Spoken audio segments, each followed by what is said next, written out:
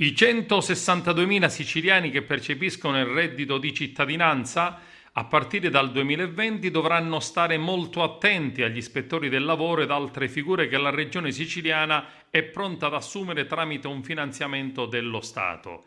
Ed infatti è arrivato l'ultimo via libera da parte del governo regionale.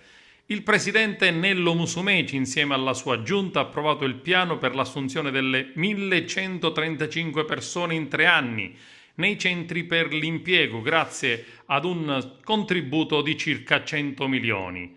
La Regione potrà così potenziare le strutture dei centri per l'impiego, gli ex uffici di collocamento, ed offrire una boccata d'ossigeno agli oltre 1.000 giovani con un contratto a tempo determinato.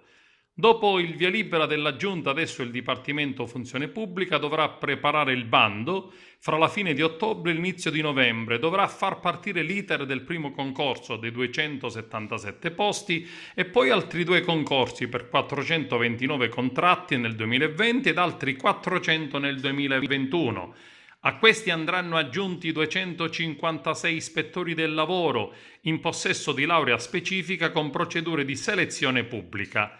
Questa operazione, sussurrano da fonti di palazzo, dovrebbe far entrare negli uffici regionali gli sportellisti, gli operatori rimasti senza lavoro dopo il tracollo del settore della formazione professionale, ai quali verrà garantito come precedenza un punteggio aggiuntivo in fase di selezione.